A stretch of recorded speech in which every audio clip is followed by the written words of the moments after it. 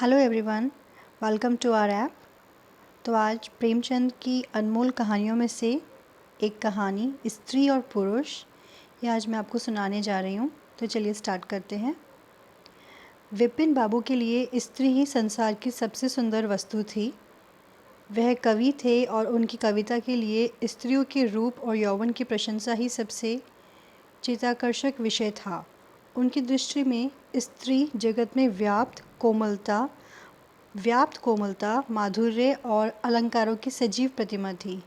ज़बान पर स्त्री का नाम आते ही उनकी आंखें जगमगा उठती थी, कान खड़े हो जाते थे, मानो किसी रसिक ने गाने की आवाज़ सुन ली हो। जब से होश संभाला तभी से उन्होंने उस सुंदरी की कल्पना शुरू की जो उसके हृदय की रानी होगी। उसमें ऊष्मा की प्रफुल्लता होगी, पुष्प, कोमलता, कुंदन की चमक, बसंत की छवि, कोयल की ध्वनि व कवि वर्णित सभी उपमाओं से विभूषित होगी। वह उस कल्पित मूर्ति के उपासक थे। कविताओं में उसका गुण गाते, मित्रों से उसकी चर्चा करते, नित्य उसी के ख्याल में मस्त रहते थे। वह दिन भी समीप आ गया था जब उनकी आशाएं हरे भरे पत्तों से लहराएंगी, उनकी मुरादें पूरी होगी। कॉलेज की अंतिम परीक्षा समाप्त हो गई थी और विवाह के संदेश आने लगे थे। विवाह तय हो गया। विपिन बाबू ने कन्या को देखने का बहुत आग्रह किया, लेकिन जब उनके मामू ने विश्वास दिलाया कि लड़की बहुत ही रूपवती है, मैंने उसे अपनी आंखों से देखा है, तब वे राज़ी हो गए। धूमधाम से बारात निकाली और विवाह मुहूर्त आया। वधू आभूषणों से सजी हुई मंडप में आई तो विपिन को उसके हाथ पांव नजर आए। कितनी सुंदर उंगलियां थी, मानो दीप शिखाएं हो। अंगों की शोभा कितनी मनोहारिणी थी, विपिन फूले न समाये। दूसरे दिन वधू विदा हुई तो वह उसके दर्शनों के लिए इतने अधीर हुए कि जो ही रास्ते में कहारों ने पालकी रखकर मुंह हाथ धोना शुरू किया, आप चुपके से वधू के पास जा पहुंचे। वह घूंघट हटाए, पालकी से सिर निकाले बाहर झांक रही थी। विपिन की निगाह उस पर पड़ गई। घृणा, क्रोध और निराशा की एक लहर से उन पर दौड़ गई। यह वह परम सुंदर रमणी न थी जिसकी उन्होंने कल्पना की थी, जिसकी वह बरसों से कल्पना कर रहे थे। यह एक चौड़े मुंह, चपटी नाक और फूले हुए गालों वाली कुरूपा स्त्री थी। रंग गोरा था, पर उसमें लाली के बदले सफ़ेदी थी, और फिर रंग कैसा ही सुंदर हो, रूप की कमी को पूरा नहीं कर सकता। विपिन का सारा उत्साह ठंडा पड़ गया। हाँ, इसे मेरे ही गले पड़ना था। क्या इसके लिए समस्त संसार में कोई ना मिलता? उन्हें अपने मामू पर क्रोध आया, जिसने वधू की तारीफ़ों के पुल बांध दिए थे। अगर उस वक्त वह मिल जाते तो विपिन उनकी ऐसी खबर लेता कि वह याद करते। अब कहारों ने फिर पालकियां उठाई तो विपिन मन में सोचने लगा, इस स्त्री के साथ कैसे मैं बोलूँगा, कैसे इसके साथ जीवन काटूँगा। इसकी ओर तो ताकने से ही घृणा आती है। ऐसी कुरूपा स्त्रियाँ भी संसार में हैं, इसका मुझे अब तक पता न था। क्या मुँह ईश्वर ने बनाया है, क्या आँखें हैं। मैं और सारे ऐबों की ओर से आंखें बंद कर लेता, लेकिन वह चौड़ा सा मुँह। भगवान, क्या तुम्हें मुझ पर यही वज्रपात करना था? विपिन को अपना जीवन नरक सा जान पड़ता था। वह अपने मामू से लड़ा, ससुर को लंबा खर्रा लिखकर फटकारा, माँ बाप से हुज्जत की, और जब इससे शांति न हुई तो कहीं भाग जाने की बात सोचने लगा। आशा पर उसे दया अवश्य आती थी। वह अपने को समझता था कि इसमें उस बेचारी का क्या दोष है। उसने ज़बरदस्ती तो मुझसे विवाह किया नहीं, लेकिन ये दया और ये विचार उस घृणा को न जीत सकता था जो आशा को देखते ही उसके रोम रोम में व्याप्त हो जाती थी। आशा अपने अच्छे से अच्छे कपड़े पहनती, तरह तरह से बाल संवारती, घंटों आईने के सामने खड़ी होकर अपना श्रृंगार करती, लेकिन विपिन को यह शुतुरमुर्ग से मालूम होते। वह दिल से चाहती थी कि उन्हें प्रसन्न करूं, उनकी सेवा करने के लिए अवसर खोजा करती थी, लेकिन विपिन उनसे भागा भागा फिरता था। अगर कभी भेंट हो भी जाती तो कुछ ऐसी जली कटी बातें करने लगता कि आशा रोती हुई वहाँ से चली जाती। सबसे बुरी बात यह थी कि उसका चरित्र भ्रष्ट होने लगा। वह ये भूल जाने की चेष्टा करने लगा कि मेरा विवाह हो गया है। कई दिनों तक आशा को उसके दर्शन भी ना होते। वह उसे कह की आवाज़ें बाहर से आती हुई सुनती, झरोके से देखती कि वह दोस्तों के गले में हाथ डाले सैर करने जा रहे हैं, और तड़प कर रह जाती। एक दिन खाना खाते समय उसने कहा, अब तो आपके दर्शन ही नहीं होते, क्या मेरे कारण घर छोड़ दीजिएगा क्या?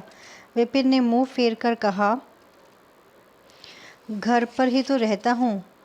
आजकल ज़रा नौकरी की तलाश है, इसलिए दौड़ धूप ज़्यादा करनी पड़ती है। आशा, किसी डॉक्टर से मेरी सूरत क्यों नहीं बनवा देते? सुनती हूँ आजकल सूरत बनाने वाले डॉक्टर पैदा हुए हैं। विपिन, क्यों नाक चढ़ाती हो? यहाँ तुम्हें किसने बुलाया था? आशा, आखिर इस मर्ज की दवा कौन करेगा? विपिन, इस मर्ज की दवा नहीं है। जो काम ईश्वर से ना करते बना, उस आदमी से क्या बन सकता है? आशा, ये तो तुम ही सोचो कि ईश्वर की भूल के लिए तुम मुझे दंड दे रहे हो। संसार में कौन ऐसा आदमी है जिसे अच्छी सूरत बुरी लगती हो? लेकिन तुमने किसी मर्द को केवल रूपहीन होने के कारण कंवारा रहते देखा है? रूपहीन लड़कियां भी माँ बाप के घर नहीं बैठी रहती, किसी न किसी तरह उनका निर्वाह हो ही जाता है। उसका पति उन पर प्राण न देता हो, लेकिन दूध की मक्खी नहीं समझता। विपिन ने झुंझलाकर कहा, क्यों नाहक सिर खाती हो? मैं तुमसे बहस तो नहीं कर रहा हूँ। दिल पर जब्र नहीं किया जा सकता और ना दलीलों का उस पर कोई असर पड़ सकता है। मैं तुम्हें कुछ कहता तो नहीं हूँ, फिर तुम मुझसे क्यों हुज्जत करती हो? आशा ये झिड़की सुनकर चली गई। उसे मालूम हो गया कि इन्होंने मेरी ओर से सदा के लिए हृदय कठोर कर लिया है। विपिन तो रोज़ सैर सपाटे करते, कभी कभी रात गायब रहते। इधर आशा चिंता और निराशा से घुलते घुलते बीमार पड़ गई। लेकिन विपिन भूल कर भी उसे देखने न आता। सेवा करना तो दूर रहा, इतना ही नहीं वह दिल में मनाता था कि वह मर जाती तो गला छूटता। अब की खूब देखभाल कर अपनी पसंद की विवाह करता। अब वह और भी खुल खेला। पहले आशा से कुछ दबता था, कम से कम उसे यह धड़का लगा रहता था कि कोई मेरी चाल ढाल पर निगाह रखने वाला भी है। अब वह धड़का भी छूट गया। कुवासनाओं में ऐसा लिप्त हो गया कि मर्दाने कमरे में ही जमघटे होने लगे। लेकिन विषय भोग में धन ही का सर्वनाश नहीं होता, इससे कहीं अधिक बुद्धि और बल का सर्वनाश होता है।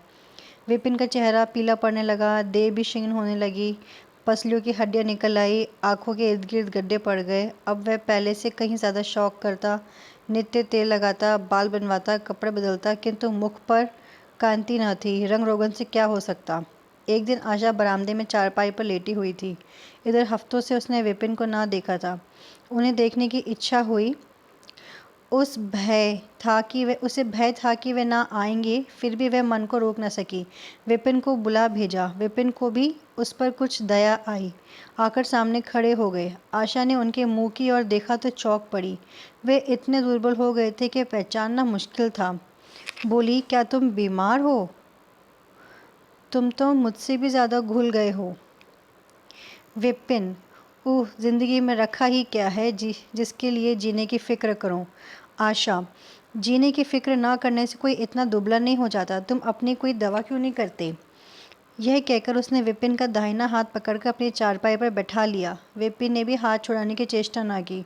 उनके स्वभाव में इस समय एक विचित्र नम्रता थी जो आशा ने कभी न देखी थी। बातों से भी निराशा टपकती थी। अकड़पन था, क्रोध की गंध भी न थी। आशा को ऐसा मालूम हुआ कि उनकी आंखों में आंसू भरे हुए हैं। विपिन चारपाई पर बैठते हुए बोले, मेरी दवा अब मौत करेगी। मैं तुम्हें जलाने के लिए नहीं कहता।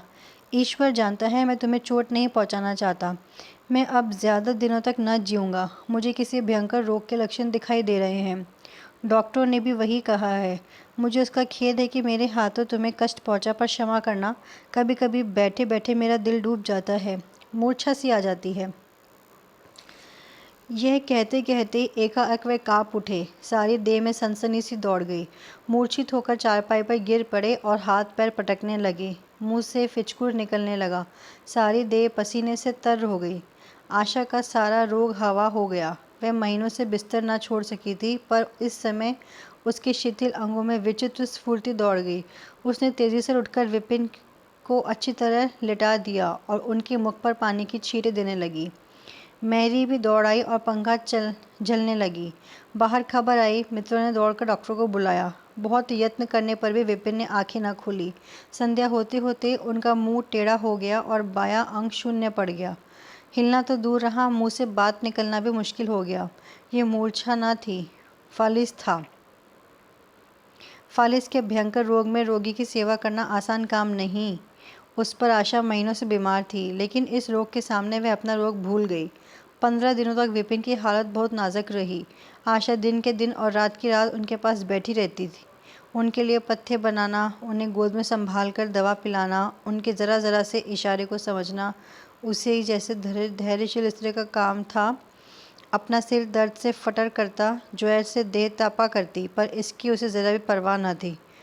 15 दिनों के बाद विपिन की हालत कुछ संभली। उनका दाहिना पैर तो लूज पड़ गया था, पर तोतली भाषा में कुछ बोलने लगे थे। सबसे बुरी गत उनके सुंदर मुख की हुई थी।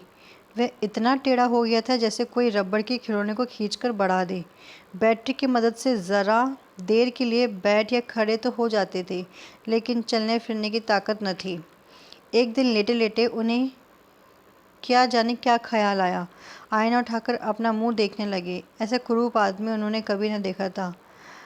आहिस्ता से बोले, आशा, ईश्वर ने मुझे गुरूर की सज़ा दे दी। वास्तव में ये उसी बुराई का बदला है जो मैंने तुम्हारे साथ की। अब तुम अगर मेरा मुंह देखकर घृणा से मुंह फेर लो तो मुझे ज़रा भी शिकायत न होगी। मैं चाहता हूँ कि तुम मुझसे उस दुर्व्यवहार का बदला लो जो मैंने तुम्हारे साथ किए हैं। आशा ने पति की ओर कोमल भाव से देखकर कहा, मैं तो आपकी अब भी उसी निगाह से देखती हूँ। मुझे तो आप में कोई अंतर नहीं दिखाई देता। विपिन, वहाँ बंदर का मुंह हो गया है।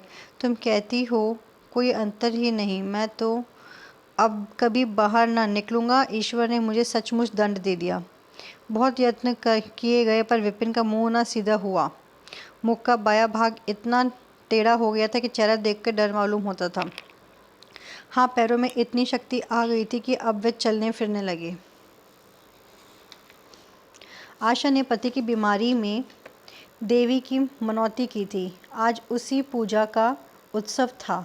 मोहल्ले की स्त्रियां बनाव श्रृंगार किए जमा थी। गाना बजाना हो रहा था। एक सहेली ने पूछा, क्यों आशा, अब तो तुम्हें उनका मुंह ज़रा भी अच्छा ना लगता होगा। आशा ने गंभीर होकर कहा, मुझे तो पहले से कहीं अच्छा मालूम होता है। चलो बातें बनाती हो। नहीं बहन, सच कहती हूँ, रूप के बदले मुझे उनकी आत्मा मिल गई जो रूप में कहीं बढ़कर है। विपिन कमरे में बैठे हुए थे। कई मित्र जमा थे। ताश हो रहा था। कमरे में एक खिड़की थी जो आंगन में खुलती थी। इस वक्त वह बंद थी। एक मित्र ने चुपके से उसे खोल दिया और शीशे से झाँककर विपिन से कहा, आज तो तुम्हारे यहाँ परियों का अच्छा जमघट है। विपिन, बंद कर दो। अजी ज़रा देखो तो कैसी कैसी सूरतें हैं। तुम्हें इन सब में से कौन अच्छी मालूम होती है? विपिन ने उड़ती हुई नज़रों से देखकर कहा, मुझे तो वही सबसे अच्छी मालूम होती है जो थाल में फूल रख रही है। वाह री आपकी निगाह, क्या सूरत के साथ तुम्हारी निगाह भी बिगड़ गई। मुझे तो वह सबसे बदसूरत मालूम होती है, इसलिए कि तुम उसकी सूरत देखते हो और मैं उसकी आत्मा देखता हूँ। अच्छा, यही मिसेस विपिन है? जी हाँ, यही वह देवी है। Thank you.